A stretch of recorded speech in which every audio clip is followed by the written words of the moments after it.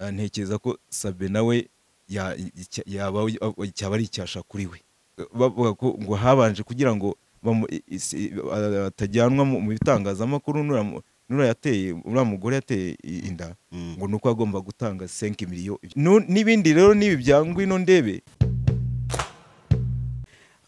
Nanone twongere tubahe ikaze abadukunda n'abadukurikira kuri Sana TV show, tubahe ikaze kandi tubashimire cyane cyane wowe wakoze subscribe kugira ngo inkuru zacu zose n'ibiganiro dutegura kuri Sana TV show bijye bikugeraho neza. N'ukuri Imana yiguhe umugisha utagabanyije.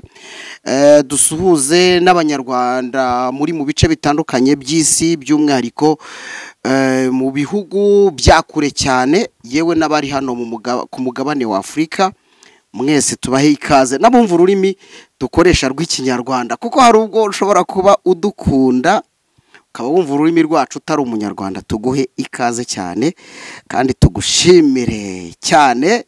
Ejejwe no kuba ndi kumwe n'umusore mwiza muri kubona kuri kamera za Sana TV show. N'umusore mwiza rutebeza bigemba urugero rw'ingabo nziza, igituza cy'umunihira, icyogere mu nkuba, uruhanga rwe ruhanganye umuhanga kumureba nukurarama, ngo nta mugabo wivugira ku icumu ry'undi.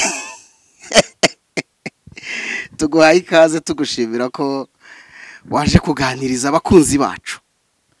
Naje usa rw'intwari sezana y'Imana inkomere ni rwambuka zisaya ndisatse shoka gasamara nibishyika umutwari tungira sumyato. Ngiye senga ubusa rw'intwari senga Jodas, nkaba ndi umuhanzi ukora umuziki nyarwanda, ariko kandi ngira uko ninjira mu ngamba mu buryo bwanjye bwa gihanzi. Ukaba musaza wabwira kisabanya kubyara, mbabwira kisabanya kugi rinashyize hamwe burya nta cyabananira, mureke dutahirize nyabusa umugozi umwe. Wow, iyo ni bene u Rwanda, bene u Rwanda cyane. Musaza wa mpinga nzima na ngwino urebe, yampaye mpinga nzima na ngwino urebe mu muco ze, mu muco no mu muryango nyarwanda. Ariko urumva sizi impamvu muvuza bari ababyeyi, ahubwo wenda nuko musanzwe hari aho mwataramanye nabo. Yego, ushaka kuba mwana mu bitaramo rimwe na rimwe by'inyamibwa n'ahandi, nkuko nyine ndi ndangamirwa n'ubusanzwe, ariko nkaba n'umuhanzi ukora umuziki wanjye. Ubwo rero ntago uvuze ngo umusaza w'impinga nzima nande ngwino ndebe ntago nta kosa ririmo, kuko dufite ibyo duhure nk'abanyarwanda, ariko kandi tugahuza n'umwuga umwe. Ku muntu w'umutaramye kimwe nabo, akantu gato ubaziho ni nk'akahe ku muntu wenda ubazi ubabona kuri social media, ariko wowe wagize amahirwe yo kuba waranataramanye nabo, akantu gato nawe ubaziho watubwira ni nk'agaki? Icyo navuga mbaziho nuko ari abakobwa bakunda ibyo bakora. N'ababyeyi nampereye ubwo ari abakobwa batarajya mu ngo zabo, ariko ibikorwa byabo bakora nyine bigendanye no kwagura impano zabo bakora, kubyina, ibindi bijyanye ndetse no kugumya gukundisha urubyiruko umuco, kuko kuba bari celebre icyo ni ikindi, hari icyo bifasha abandi bana, urubyiruko kuba rubakurikira rukumva ko narwo ushaka kwinjira mu muco, bityo umuco ukagumya gutera imbere nawo. Jambo ryiza cyane utumuco. Hari urubyiruko kino gihe bari kuvuga ngo imico, jambo rikomoka isenga. Oya, nta mico nzinzi ko habaho umuco. Ubwo iyo haje imico hazamo n'imico mibi. Yego. Ubwo rero umva rero imico ni ibindi bintu bidafite gisobanuro cyiza, gifite ndangagaciro mu buryo bugomba kuvugika. Umuco n'umwe, nta mico cyakora hashobora kuba imico hari y'ibindi bihugu simbizi. Yego, ibihugu byateranye bimurika, wenda kumurika imico y'iwabo, ariko iyo tugiye kuba twe tugira umuco, abanyarwanda tugira umuco. Sengabo, ku muntu utazi Sengabo akaba nakubonye bwa mbere, nubwo utari muto hano mu Rwanda, nubwo utari muto mu nganzo, reka Sengabo atubwire uwo ari we mu buryo burambuye kugira ngo n'abadukurikiye baze kukumenya nyirizina. Sengabo Judas ndi umuhanzi w'umunyarwanda ukora muziki gakondo, ariko kandi nkaba nawurimo cyane gutarama mu bukwe n'ahandi byose. Rero nibigendanye n'ubuhanzi bwanjye, ariko cyane cyane nitsa ku buhanzi bwanjye kuko niyo rangamuntu yanjye. Muziki wanjye nicyo kintu cya mbere, ibindi ushobora gukora biza nyuma, ariko ikintu nshyira imbere na mbere ni inzozi zanjye, ni umuziki wanjye rero. Wakuze uhonda ibijerekani, ugahonda amasafuriya y'ababyeyi, ugahonda indobo n'amasafuriya, byari bimeze gute? Duha ishusho ya Sengabo. Nshaka kongera umukaraza ntabwiye ko mfite amajwi. Hanyuma rero Sengabo nabyirutse n'ubundi nkunda kuririmba. Nabyirutse nkunda kuririmba haba mu ishuri, aho nize amashuri yisumbuye, ariko icyiciro cya mbere niho nakunze no kumenyekana cyane mu bikorwa bimwe by'abanyeshuri bahoramo nka anniversaire n'ibindi minsi mikuru yo ku ishuri. Nyuma ndabikomeza nabwo nza kwinjira mu muco, nkomeza kuririmba, noneho ninjira mu njyana gakondo. Ariko rero mbere na mbere nkaba narakundaga kumva indirimbo, nkunda kumva indirimbo za Westlife cyane cyane. Nyuma rero nazo niganaga buriya, ariko ntago wambaza cyane ngo ndirimbe, ntago sinibuka, ariko icyo nzi cyo nuko nazirikanaga ira groupe mu mabyiruka yanjye zari zigezweho indirimbo za Westlife.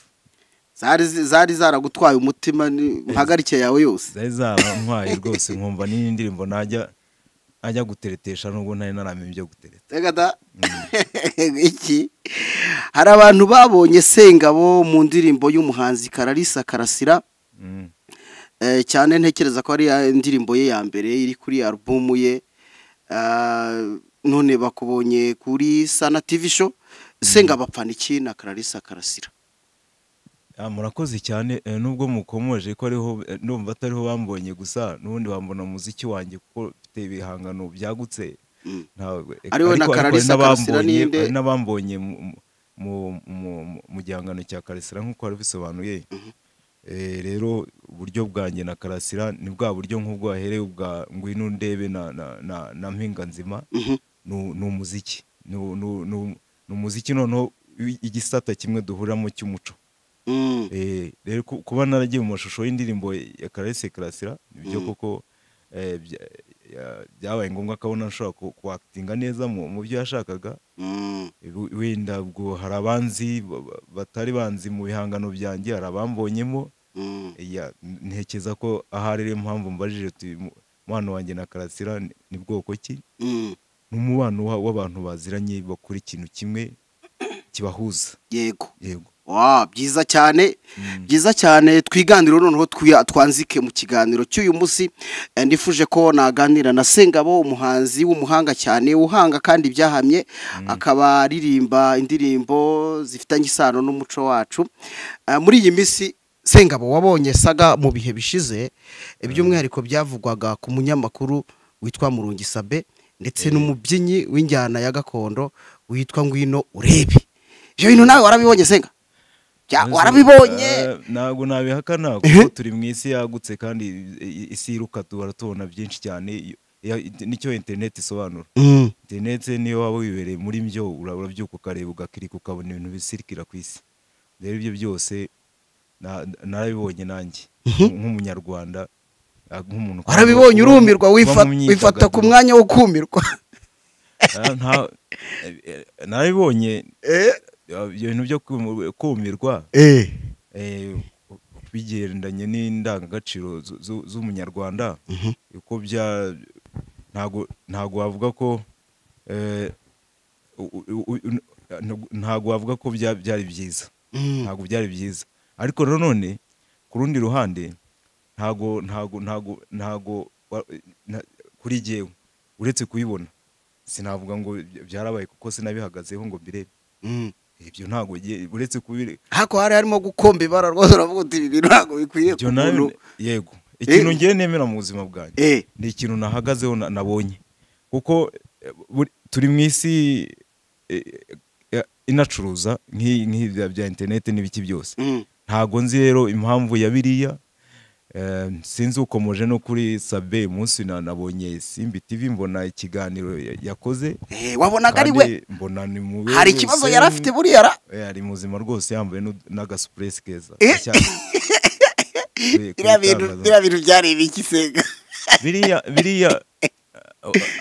buriya rero mu isi y'ama YouTube y'amugani nk'uko babivuga, habaho ibintu byinshi cyane. Ushaka kunyuraho ibintu mu buryo bwo gushaka se wenyine njya mbona ibintu byinshi. Njye mbona ibintu bitambuka n'abandi bajya batambuka, ukabona umuntu ibintu birasirikiriye, bibaye ibintu rwaserera ejo ukabona ibintu uko byaciye nyuma ukabona ntago ariko cyo gisobanuro cy'ibyo wabonaga. Ubwo rero ibyo nabyo kuvuga ngo Sabe n'uwo mwari cyangwa umubyeyi ubyina umuco nyarwanda, nabyo nuko nabibonye gutyo nk'uko nawe bireba nk'uko n'abandi babibona.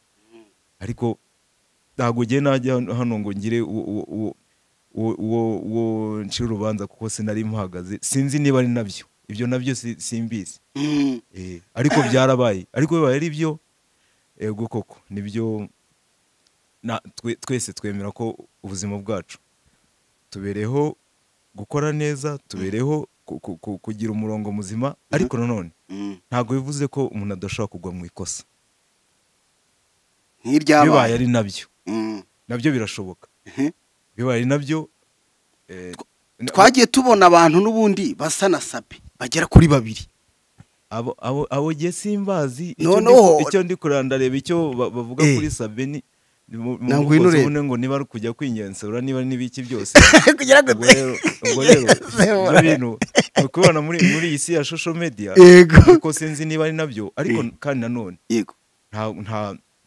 ntago bivuze ko umuntu atakosa. Buriya baravuga ngo aho kugira ngo aho kugaragara aho kugira ngo urwane no kudakosa, ahubwo uzagerageza aho gukose. Hako giye nemera ko hari umuntu utakosa nkuriye se bakosa yabuze biki. Ariko so amugabo we yaba ari Sabe nuriya mudamu, ubwo bibaye ari byo koko nkuko bivuga, undi bakosa babuze ibiki. Wa mugabo rega iyo tugeze epfo hariya bidusaba kwitangira naho undi epfo nta muntu ujya uhasha. Ari hepfo biza umuntu ujya uhajaje, biza guhagarara wemye. Ni wowe ku giti cyawe no kugomba kwatwara, ariko hariya munsi y'umukandara monsieur arabakora barabacubuza arabareba. Ni ikintu kimwe ntago mbizi niba byarabaye, ariko icyo nshaka kubwira nuko hari hepfo nyine ni mu bundi ishyano riraguye ni mundi butegetsi bwiyobora ku bantu b'ibyamamare, abantu ntangarugero mu muco, abantu ntangarugero kuri mikoro. Ishyano riraguye. Ikintu ngiye urumva izo saga zose zagiye zicaho nuko n'ubundi bose ntekeza ko barubatse bose. Ari ngwira ndebe nziko yubatse yewe na Sabe, nziko nabonye n'umugore we nyuma zakagira ibyo asobanura n'urukundo rw'umugabo we. Hari ahubwo niho hanakomeye cyane. Ese ugiye umuntu yaguye mu makosa bivuze ko umuterano ukamuta. Ure mugore wa Sabe nayo yerekanye n'itandukaniro. Niba ari nabyo yaragoretse waravuga ati uko byasa kose ni umugabo wanjye, uko byasa kose ni umugabo wanjye. Ako ntago yavuze ko byabaye. Ndi kubibara muri context we yabizanyemo. Ibintu bisirikira ati umugore wa Sabe n'ibiki byose, umugore araza kuri kamera ati ni umugore uko ibyo bimuvuga byose. Icyo nzi cyo ni umugabo wanjye, nta cyabihindura. Dufitanye isezerano. Yes, ni impamo y'Imana. Ikintu tubereho muri iyi si, twese nta buhanga dufite buri hejuru, nta n'imbaraga dufite zihagarika ibyo dushaka kugwamo. Kiturinda ni ukwigengesera ko uti ibi bintu ntibizambeho, ibintu ntibizagende gutya. Ariko ngarutse kuri ibyo ngibyo bya Sabe n'ibiki byose, kuko nge sinari muhagaze uretse ko mbona abantu basota ibipangu nka za filime za Rambo. Sinzi niba ari nawe ubusota nabyo bakuruka nk'ibisika.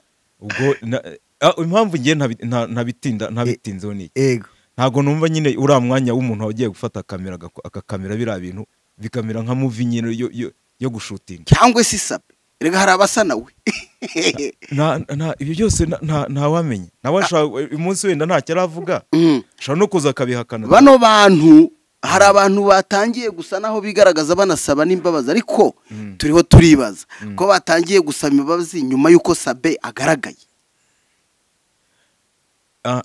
aho rero niho hagaruka kuri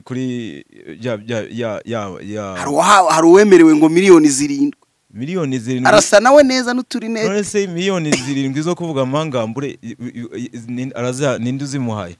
ibyo rero nibyo byongera bikagaruka kuri kwa kwibaza ese biriya bintu ubundi byari byo ese ubundi nibyo erega ntawumenya impamvu z'isi tubamo.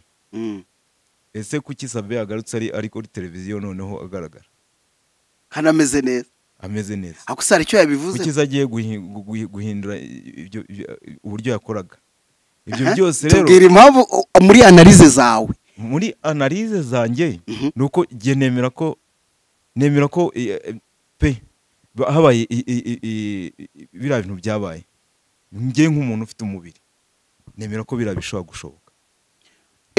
ushatse oya subiramo ako kantu ndavuze ngo ahantu wakubita umwotso mugani w'abanyarwanda burya umwotso ngo ni ikintu gifite icyo kivuze cyari kivuze nakoda ngo sinzi akantu waruvuze ngiro gasubiremo nimba ukavuze wari wagashinzeho. ari ikintu bavuga mu kinyarwanda ngo imfizi ntiyimirwa. iyo iryo jambo iyo bagiraga imfizi ntiyimirwa nuko ntagaruka kuba ko tugomba kubaho gutyo nk'abagabo ahubwo nuko imfizi ntiyimirwa nuko umugabo hari umusizi wigeze kwivuga neza se niba kuko yabivuze ati abagabo tugenda amayira menshi ngo tugira amahwa aduhanda nuko ngo umugabo ashaka kugwa mu ikosa mu rundi rugo mu kundi mugore wenda tuvuge utari uwe undi mugabo nabyo undi mugabo kuko ndabazi nagiye mbona abantu bagwa muri ibyo bibazo bamwe bakavana n'ubumuga nkuko nyine na biriya byari bimeze ariko no kuvuga ngo bibaye koko ari byo ntekereza ko Sabe nawe cyaba ari icyasha kuri we ntabwo ibyo nabihakana kuri nyine kwiyumva nka Sabe n'uwo ari we n'ibyo akora n'icyamariye umuryango nyarwanda ni icyasha ariko nawe nk'icyasha nta muntu udashobora kutagwa mu cyasha akagira uko aza akabisobanura akaba ati ibi byagenze gutya ariko ko ashobora kubisobanura akazanamo ribu buriya ntiyabaye umwana mwiza ribu ikaza ite akavuga ati aba bantu baje bakampara bagahara bikagenda ashaka ko mubashyira mu maboko atari ayabo.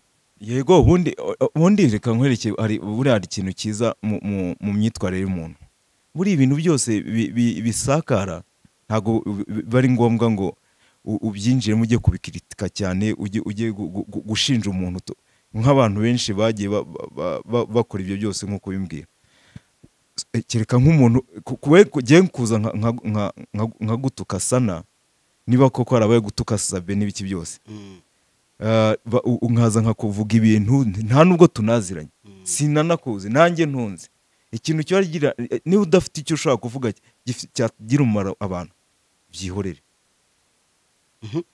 ariko niba koko ubibona ibyo bintu birakurenze ubonye ibyo bya Sabe n'ibiki byose nawe ujya hariya kuri kamera utangiye kuvuga ibindi bintu biri mvugo nyandagazi ibyo nabyo undi ntabwo ari imyitwarire myiza ariko none ntabwo bishatse kuvuga ko social media zo mu Rwanda zikunze guhubuka mu byo zivuga abenshi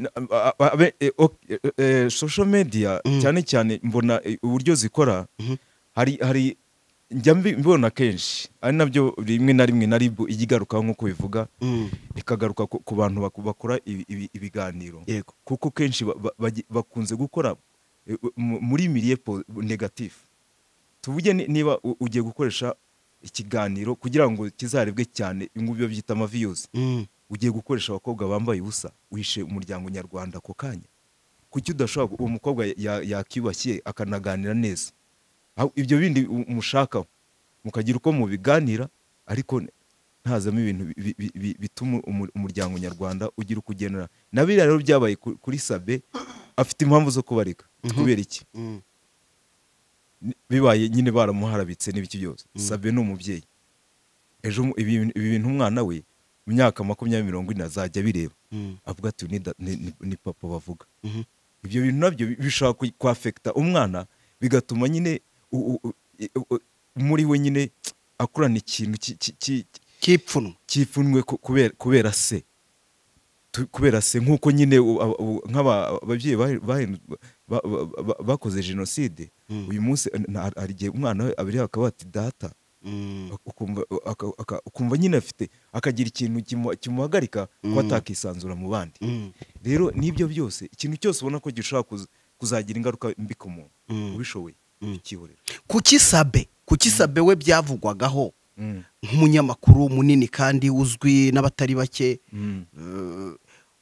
kandi ufite uburyo bwo kubisobanura koko usibye ko wenda mbere yuko bininjira bigatreninga cyane hari aho yavuze ko agiye kuruhuka kuki atafashe umwanya ngo asobanurire abanyarwanda avuga ati ibi bintu biri kumvugwaho si ibyo wowe utekereza ko ari ukubera iki hanyuma nanjye ariko naherekare nkubaza ngo kuki yagarutse nta kibazo nyine n'ubundi ntabwo yabisobanura y'uburyo akoramo ibiganiro bye ibyo rero nawe ugomba gukikira mu nyurabwenge ugatekereza ntutekereze kuri ntuzimwe gusa ngaho tekereza abadukurikiye kuki yagarutse gutyo kuba yagarutse kugaruka gutyo ashobora koko kuba aje kugira ngo abantu noneho agire ubundi buryo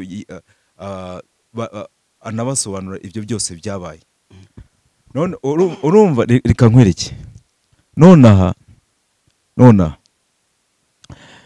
iyi nzu yawe iri hano ishobora kuba nonaha uyu muryango wari ugize ikibazo cyangwa bavuga kwinjira kuri iyi gate hakabera ikibazo ahangaha noneho abantu bakodeshaga inzu kubera ko bacaga ahangaha bakaba bati inzu hano hari ikibazo cyabaye gituma tudashobora kongera kuyikodesha ukimura iyi gate ukayijyana ruguru abantu bagaca ruguru bakajya binjira noneho bamwe bakaza kubera ko babacishije ruguru iyi nzira ubwo yamaze ko yabaye nk'ifunzwe cyangwa nk'icyasha kuri business yawe ariko iranzira yindi ufunguye hari benshi bazaza ariko batazi wenda amari kwinjira muri iyo nzu nyuma yo kwinjiramo aze kubona ko yanzu yahoraga n'igate ariko yamaze kwishyura deja business nyuma umubwira uti ntacyo bitwaye ibi byarapfa ariko ibi ngibi birashoboka none ubwo muri iyi mipangu yo guhubuka ku bipangu no gufata amafoto no kubagarutse muri buno buryo nta kuboko kwe kwaba kurimwo nta mupangu we waba urimwo ibyo nibyo nakubwiye kuba Sabe ibi byose byarabaye ari jye nawe ntawuzi impamvu yabyo nta n'uwari uzi aho yari aryamye nta n'uzi n'impamvu yabaye ntuzi n'ababishyizeho niba badafitanye iyo gahunda rero kuba utabihagazeho niyo mpamvu iteka ryose ikintu udahagazeho ujye ukirebera gutya mu ndorerwamo ukirebemo nubona kidasatira amaso yawe neza ukihorera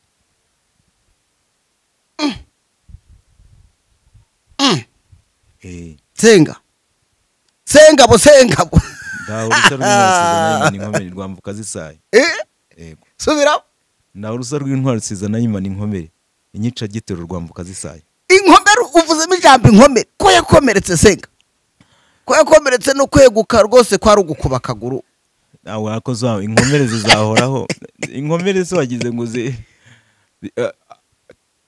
giye gusa ikinyamakuru cye nagikurikiye kandi namubonye nabonaga ari muzima ibyo nabyo niba yaranagize ikibazo nk'uko bigaragara ariko niba uri umunsi ukaba ubona yari yicaye ntabwo nzi niba ashobora guhagarara ibyo nabyo ntabwo kubera ko nabona yavugaga yicaye ku kinyamakuru cyavuga sinamubonye ahaguruka sinabonye iki ariko niba byanabayeho akaba yarakize ibyo nabyo ashimira Imana kuko nyine ejo ushobora kugwa mu mwobo amaguru agahinamirana ariko kubera ko kwa muganga nyine baraturema tukongera tugakira baratuvura ukongera ukagenda neza biba byayo ashobora kuba none yarakize ariko nta n'ikintu kinyereka ko ibyo byabaye. Yes, ntabwo ushobora kumbwira ngo ibintu byabaye biba shooting n'ibiki byose none kuri kote imwe bishobora kuba hari icyo bita kugwa mu gico abantu bakagutega mu gisirikare babyita ambush. shaka kuza gusura nk'umugore wenda w'inshuti yanjye, abantu bakaba basanzwe bazi ko ari inshuti yanjye nzi dufite dukorana cyane, yagize ugiye kuvuga ngo dufitanye umwana. inshuti yanjye uri inshuti, umuntu mufatanye mu buzima, umuntu muhana imirimo, umuntu ushaka kuguha umurimo, ushaka kukuramutsa, burya aba ari inshuti yawe, inshuti magara. Ubwo rero ibaze jyewe rero nk'uko njya mbona bari abantu mbona ari abantu basa nk'aho banaziranye, nkajya gutera urugo rw'inshuti yanjye yitwa Benwa Inzora, kandi dusanzwe turi abantu b'abavandimwe, nk'uko nabonye bari abantu mugiye mbona baziranye. None iyo bigenze gutyo, icyo nshaka gusobanura kuri biriya bintu bya Sabe, wenda nabisoza nubwo mwabimbarijeho, ari abagabo bameze gutyo ashobora kuza gutera urugo rw'abandi, none abantu baba bazi ko ajyayo, cyangwa se ku rundi ruhande umugore ugiye gusanga nawe ubwo akagutega iyambushi kubera ibintu runaka agushakaho, ukaza reka tuvuge nka biriya bintu byigeze kuba kuri uriya mugabo Ndimbati uribuka ko bavuga ngo habanje kugira ngo atajyanwa mu bitangazamakuru, nura yateye uriya mugore yateye inda, ngo nuko agomba gutanga 5 miliyo. Ibyo bintu byose mwarabyumvise bicaracana. Urumva n'ibindi rero nibi byangwino ndebe kuko ntaho uzi ibyo ari byo cyangwa se byaranabaye, ariko mwanya ntekeza ko hari n'abantu bamwe bibavuze ngo kuki ngo atitwaje kamera, nibura ngo niba mufata ngo agaragare ko ahite agira ikintu kimurengera, ati ngene nagiye gukora ikiganiro. None ku ruhande rumwe nta uzi impamvu yabyo, nta n'ibyabaye. Ku rundi ruhande bishobora guturuka kuri ngwino ndebe kubw'inyungu ashaka, akamutega icyo gico, cyangwa se ku rundi ruhande hakaba hari abantu bavuga ati hari umuntu ujya iwawe bakamutega. Ibyo byose birashoboka. Ariko nanone Sabe hari ibyo yavuze nabyo tubikomozeho, wenda kugira ngo tunabwize n'abantu ukuri, nimba ari na research nabo bazikore. Bigaragara ko abantu benshi ikinyoma kimaze kubafata bugwate. Muri bimwe gihe numvise yakoze ikiganiro kirekire kandi rwose nta time nari mfite yo kucyumva cyose, ariko yavuze ati mwansabye kenshi ko ngomba kuzahagaragara kuri kamera mukareba isura yanjye, kuko benshi koko ntabwo bari bazi Sabe.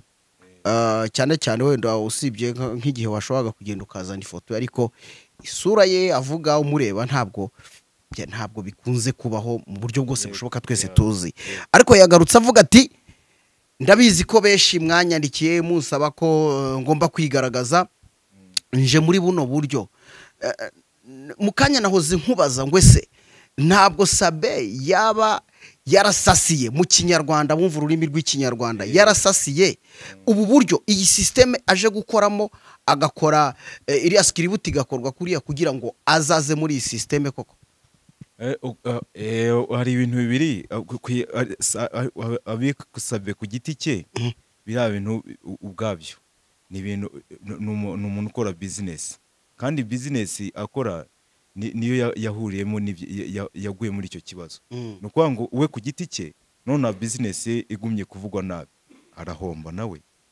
Rero mu buryo bwo kugira ngo bibaye byarabaye, ikiza yagomba kuza, nabibonye ko bamuhe comment niba hari umuntu ufite uko yabibonye nabi, cyangwa se ufite uko yumva ibindi bintu, amusobanurire wenda hari. Ariko ikigaragara cyo bibe wenda n'ubwo buryo bwo gukora bushya yazanye bwarateguwe, ishobora kuba byarateguwe, ntago kuko ntago mbi n'ubundi ntekeza n'ubundi uko yari kuza n'ubundi ikinyamakuru cye kikagumya kikavuga akagumya akakora atagaragara, ariko niba ahisemo kuza kujya akora agaragara, izo nazo nyine ni ku giti cye. Ni ukuvuga ngo uyu munsi wa none Sabe we nyine ku giti cye niwe uzi ibintu byose byabaye. Ibi bintu byajemo ibintu byinshi bitandukanye, sinzi nimba twanabivuga tukabirangiza. Nyuma y'uko avuze ko we agiye kuruhuka, kandi nyuma y'uko amashusho yatangiye kugaragara bivuga ko yagiye kureba uko yigenza, twabonye ko umunyamakuru Tijara Kabendera aza gukora ku gitangazamakuru cye, ariko mbere y'uko Sabe nanone twongeye tukamubona yaramaze iminsi adakora. Ibi bintu byombi iyo bihuje, cyane cyane dushingiye kuri cya kiganiro, ku kiganiro twatangiye tuvuga ngo ese ubundi umuco hari kirazira z'umuco. Yego, bino bintu ntabwo ubona ko abantu benshi bari gutakaza kirazira, rimwe na rimwe hari ibintu bashyira mu bantu babakura ku bumuntu, mbese bagacanganyikisha abantu mu buryo butandukanye. Tijara Kabendera ubona yaraje mu yihe sura kubera iki byari bikozwe kuri ye? akoze iki ava ku Tijara niwe urabona nyuma y'uko Sabe bigaragaye ko afite ngo yagize ikibazo, ku ruhande rumwe we yatangaje ko agiye kuruhuka, ku rundi ruhande tubona amashusho y'uko ngo avuye kugira uko yigenza, sinzi uko kwinyesebura, ubwo niko wenda Sengabo ntabwo ari byo bivuga, niko babivuga.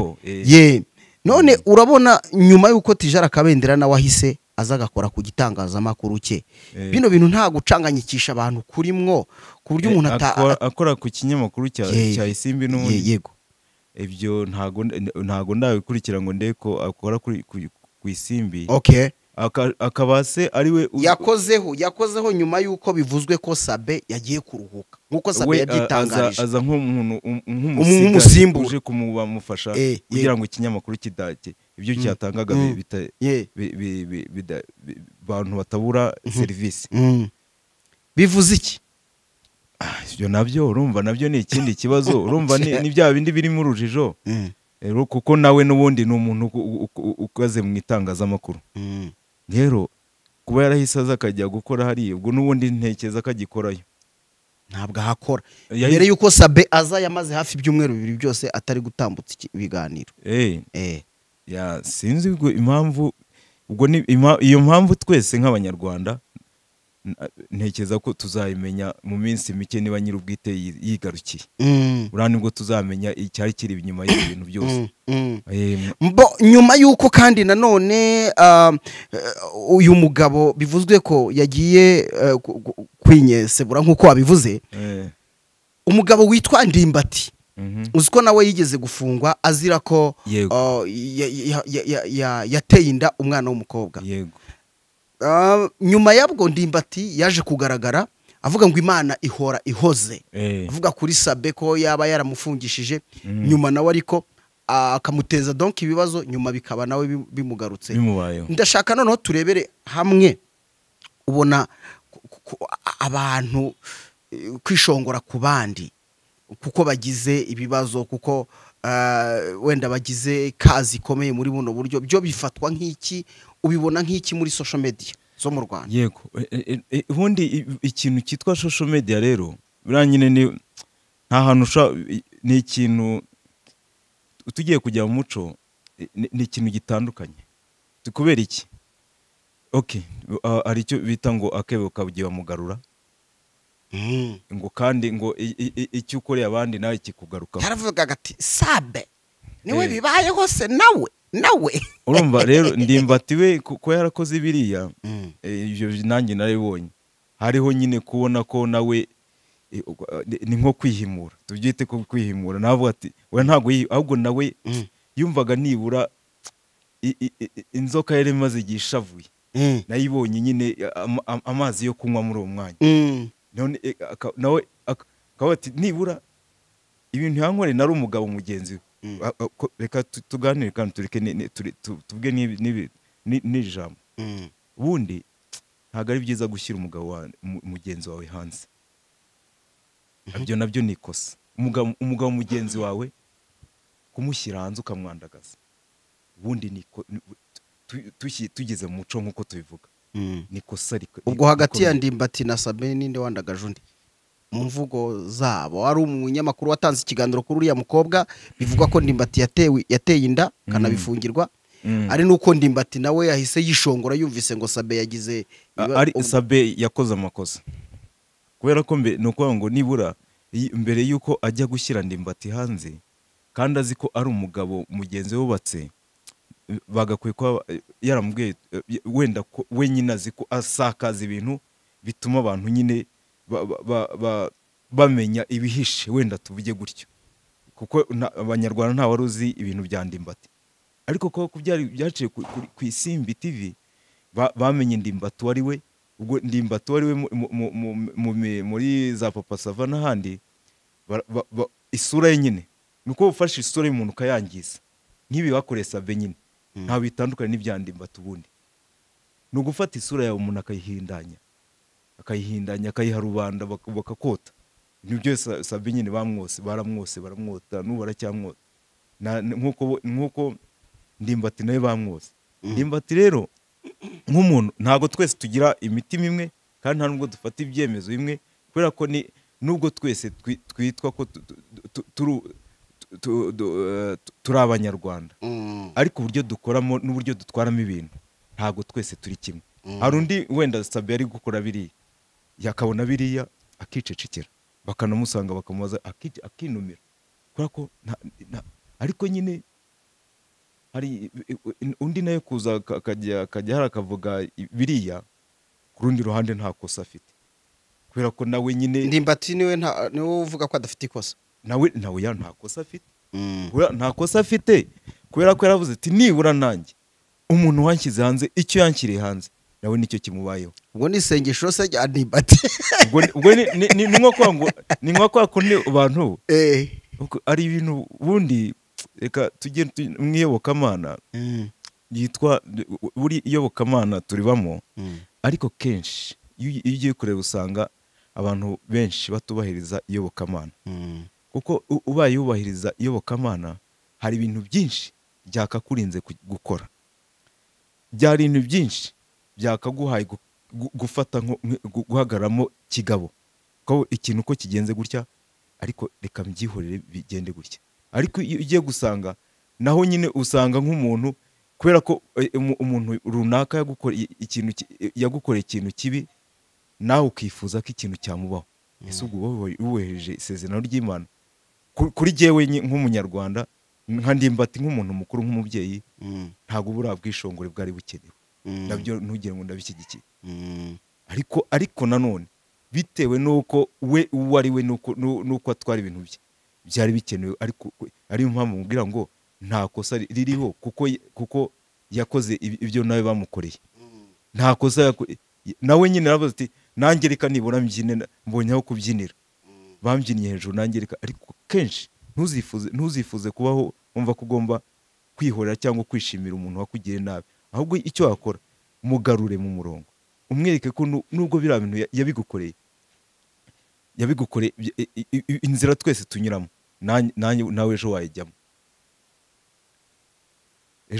ejo dushaka kugira gutya ukajya muri gereza nkaza nkaseka nkagira nti ejo bundi tugahuriramo. Rero ni ukuvuga ngo iteka ryose ujye umenya ko akebo ugeremo abandi, nawe ejo kakugarukaho. Niyo nama yonyine natanga kuri niyo ntuza, nubwo sinzi babanzanye muri ibintu bya social media, ntabwo nabyo narindimo. Nashaka guhoberane n'abantu, kandi guhoberana bikura ibicuro ku mutima, ubutunzi bw'isi bwo buyoyoka nk'igicu. Burya inshuti magara nifite akuka, kuko igushyingura utayitumyeho ngo uyihe amabwiriza yo kugushyingura. Ikindi kandi iyo twicaye gutya tuba tumeze nk'abicaye mu gacaca, tugacoca amagambo y'ibiriho bikavugwa bigahinduka, kugira ngo duhindure ubuzima, duhindure amateka yacu, tuyagire meza. Ubu mu mitima y'abaharabitse Sabe bakanamuvugaho bakanamwishongoraho harimo iki? Mitima y'abaharabitse Sabe bakamwishongoraho bakamuvugaho byose, nakubwiye ko akami ka muntu n'umutima we niba ari ikirundi sinzi n'ibyo. Hari umuntu utajya uterwa ipfunwe n'ibyo yakoze. bamwe okay, reka nguhe urugero. Ejo bundi uribuka Amavubi akina na Benin. yego Hari abantu mbere bari batangiye bavuga ibintu byinshi bati ntabwo bishoboka Amavubi ntiyatsinda, ariko noneho amaze gukubitirwa igitego kimwe, noneho rya jambo ryabo ryari rimaze kujya hejuru kuko ryatangiye gutanga resultat, ariko Amavubi ava inyuma abatsinze Benin. Nuko rero hari umuntu usigara uvuga ati kuki ibintu nabishyize hanze, kubera iki nakoze ibi ngibi. Ariko hari n'undi twibuke ko mu Kinyarwanda bavuga ngo akabaye icwende ntikoga. Hari abantu batajya bava kwizima mu buzima bwabo rwose. Hari abantu b'umugayo, umuntu akumva ko bagakunda n'umugayo, bakunda umugayo, bakitwa inkundamugayo. Icyo yakoze hari abantu baticuza, ndabikubwiye rwose, ahubwo akumva ibyo yakoze we n'ibyo n'ibindi byose n'ibindi byagiye bitambuka byabayago na ba jihad. Iyo umuntu nabyo bimeze nka biriya, ugasanga bagushyize ku karubanda ukora ibintu biteye isoni, ariko ukabona urimo urabyina, uragira ngo ukabona n'ubuzima bwawe nyine, kubera ko hari abantu bamwe bateye gutyo badahinduka. Ariko none hari n'abantu bakora ikintu yabona ikintu kimubayeho bakaba bati ibintu ntabwo ari byiza. Nk'ubu abantu bavuze Sabe nabi bakaba barimo bamubona, harabishinja umutima we nyine. Ubundi mbere yuko iyo udafite umutima wishinja, umutima wawe niba ntacyo ugushinja, buriya iyo umutima utagaruka ku ikosa ngo ushinje nyirawo, we yumva afite ikintu kitakongera kumusubiza mu bintu nk'ibyo, ntabwo ni umutima mubi. Ese ubu twitegure ko Sabe ashobora kwihimura akagira bamwe ajyana imbere y'ubutabera? Birashoboka? Birashoboka kuko bishe izina rye, ariko nawe nanone ntabwo igisubizo ari ukujyana abantu mu butabera. Nanone narabyumvise kandi ashaka guca agasuzuguro, yavuga ati reka nca agasuzuguro. Waca agasuzuguro, ibyo bintu byo guca agasuzuguro buriya reka nkwereke. Ahubwo ikiza Sabe nagaruke agaragaza ingeso nziza zihanagura ibyo abantu bamvuzeho. Senga tugiye kugushimira, tuganye ku musozo. Sengabo akaba ari umuhanzi nyarwanda mu ndirimbo z'umuco wacu w'abanyarwanda, umuhanzi twavuga ko utakiri mutoya, ubwo ngiye kuvuga ko ari muto nabamo rwose. Sengabo mu magambo make ni umwe mu bahanzi bahanga indirimbo z'umuco wacu, cyane cyane aho benshi bamuzi ku ndirimbo zitandukanye, ariko nta mugabo uvuga iby'undi nyamara ubyivugira hari se. Ariko nagira mbwe n'abanyarwanda ko ari igikorwa ndi gutegura gikomeye cyane rwose. Abanyarwanda baraba Sana TV n'inshuti z'u Rwanda zikunda umuco wacu bumva n'ikinyarwanda, hari igikorwa ndi gutegura muri uyu mwaka kigomba kugira ko kizitwa mu gihe nta gisobanura, ariko kizaba ari igikorwa cyiza kigendanye n'ubundi kongera kumpuza n'abanyarwanda nk'abataramira kuko hashize igihe ntabwo mperuka kubataramira. N'ibikorwa byanjye kandi biri mu nzira nabyo birahari. Rero ibihangano byanjye wagize uti harimo bene u Rwanda, harimo Karinga, harimo Mugore w'Abadende n'izindi. Icyo rero nubwo mwansanze, ariko nuko muzi ko nkora ibihangano byanjye kenshi biba biri mu gutanga inama. Ubanze niyo mpamvu mwampisemo kugira ngo mumbaze kuri ibintu cyane kabisa. Rero icyo ni kandi wakoze nawe no kutwemerera. Nanjye ubwanjye icyo twifuza nk'igihugu, nanjye ndi umwenegihugu nk'uko uri umwenegihugu, twifuza umuryango nyarwanda, twifuza umunyarwanda muzima. Umunyarwanda muzima rero ava muri twebwe. Igihe abana babyiruka babona ibintu byose twirirwa twandagaza kuri za social media, ntabwo turimo twubaka umunyarwanda. Turashaka koko aya mafaranga yo mu buryo bushoboka kugira ngo tuyagereho, ariko amafaranga azatuma wagira neza wigendera mugani wa mukobwa Karasira nkuko bamwumvira. Ariko none nanjye arahungira nti uzasige umurage mwiza abagukomokaho bazakwigiraho. Igihe cyose uzasiga inabi, nta kintu uzaba usigiye abawe. uzaba ubasize mu kangaratete. Ariko nukora ibikorwa bizima ukagaragara neza muri sosiyete, banira sosiyete uyibanire neza kandi wumve ko ugomba kubaho nk'umuntu muzima, wibaho nk'umuntu ugomba kubaho acengana. Nicyo gisubizo ngiye mbona. Wow. YouTube channel yawe umugore w'abadende iboneka he? Ni YouTube channel yanjye yitwa ni Sengabo Judas, no ku mbuga zanjye zose haba Facebook n'ahandi. Ntekeza ko hari nibashokera murayipininga munayibereke abanyarwanda, mona bateguza ko bazongera mbona hanga mvuga ku gikorwa ndimo ntegura kijyanye niyo ndirimbo n'ubundi umugore w'abadende. Yes, yego murakoze cyane. Tubashimire namwe, ubukumi ni bukwanga uzapfuke itako, Imana nipfa ihoraho. Ariko kandi twari twicaye mu gacaca aho twacocaga amagambo, wige kubanira neza abantu, Imana izaguhemba kandi ntukibuke Imana ibibazo byaje, ujye uyisabe ibishyitse. Nizere ko mwamaze kubyumva. Ubutunzi bw'isi buyoyoka nk'igicu, ntimukabyitwaze, ahubwo nimujya murushaho gushimira Imana, mujye mwibuka ko yabahaye kureba, kandi kureba bituma umubiri umererwa neza, kureba izuba bishimisha umutima. Mbashimire cyane. Nitwa Emmanuel Kanani, ibiganiro byacu kuri Sana TV Show nakagaruka. Amahoro y'Imana abane namwe. Senga wakoze cyane. Imana ibarinde, ndabakunda.